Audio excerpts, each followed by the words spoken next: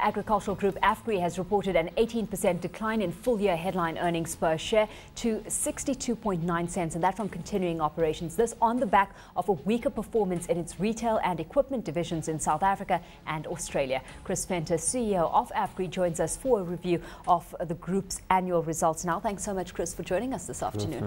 Well, let's get straight into it because, as I said, the pressure points coming through from the retail and equipment divisions in both South Africa and Australia. Run us through the industry dynamic at the moment and how it's coming to bear on your business, because the 2010-2011 agricultural year has been described as erratic. Yes, thank you very much. Yes, if you look at our numbers specifically on the agricultural side, you know, we have very low commodity prices probably for 6-7 months of the year.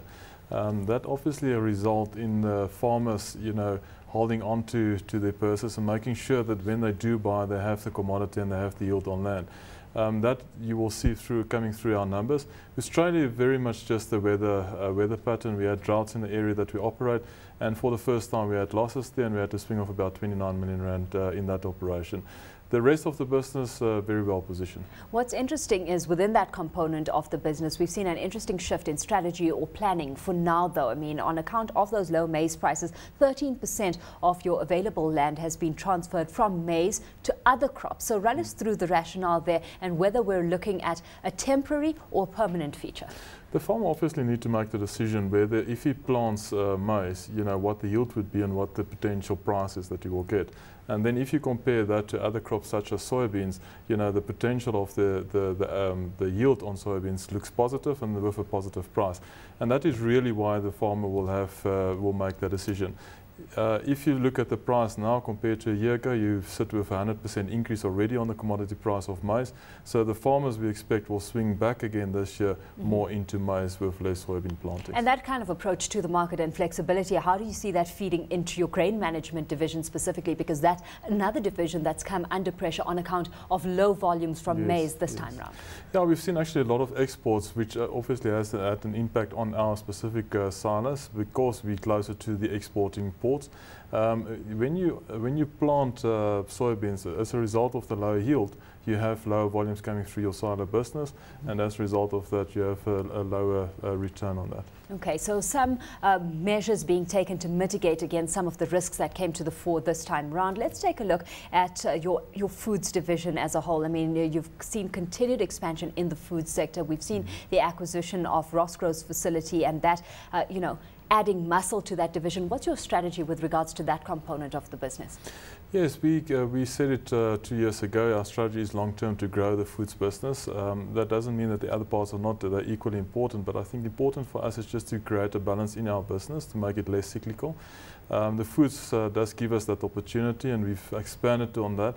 We've announced also the approval of 180 million rand expansion on our oil business, which will further expand our food operations. So it's really just saying that that's a part of our business that's really giving us a good hedge on the agricultural side, and we need to make sure that the business is properly balanced. Taking a look at that competitive landscape, though, it is getting pretty intense. I mean, we've had low selling prices result in a variety of factors, as a result of a variety of factors, and that includes production capacity and then a high level of imports on the rise and continuing to do so. Yeah, poultry specific, I think there's inherent problems in the sense of the imports, and obviously there are anti-dumping claims against some of the imports coming in. I think our approach to that is that we need to focus on the efficiencies. I think the price will recover. There's obviously an increase in the raw material price for the feed, so there need to be some sort of recovery. But from a business point of view, you know, we need to control the things that we can control, and certainly that would be inefficiencies. Of course, one thing you can't control is the level at which the currency is sitting, and the strong rand continues to support imports, so you're getting hit on that front. It's also kept your grain prices in check, so pretty much presenting a double whammy for the business. I know that you don't have a crystal ball, but in your books, fair value for the rand, and should we be seeing more intervention where the rand is looking strong? Yeah, look, intervention from a potential importer, or where you compete with imports, obviously would be fantastic. I do believe that there needs to be more stability in the exchange rate. I also think that, on a long-term basis, the strong rand is not sustainable, and therefore, we would expect for the rand to devalue, over the next 2 to 3 years going forward, and that obviously will have a very positive impact on poultry prices, and you should see, that you've gone through the down cycle where we're currently sitting. Of course, you say that outside of your control. So let's take a look at factors that are more in your control, and that drawing focus to discontinued operations, because that fully hedged, business model has been seen as not sustainable, and you've decided to exit that part. So run us through what you see that spelling for the business from here on out. Yeah, I think it does make the business more stable in a sense that, we're actually getting closer to our customer from the farmer side, where we actually act as their facilitator into the market. They don't see us as a competitor, so we have streamlined that process.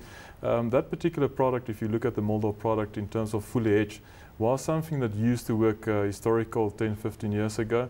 Over the last 3-4 years, it became more difficult to fully hedge your price on suffix because of a lot of speculation done on suffix, and as a result of that, the product doesn't make sense on a longer term basis. Of course, we've had hefty penalties coming through from the Competition Commission, and that further contributing to the disappointing set of results that we've seen today. Is that now water out under the bridge? Is that a fully resolved matter that we're looking at?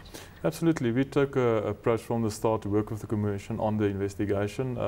We also felt it was a technical issue, but at the end of the day, we decided it's best for us in terms of the longer term growth strategy that we set with the Commission.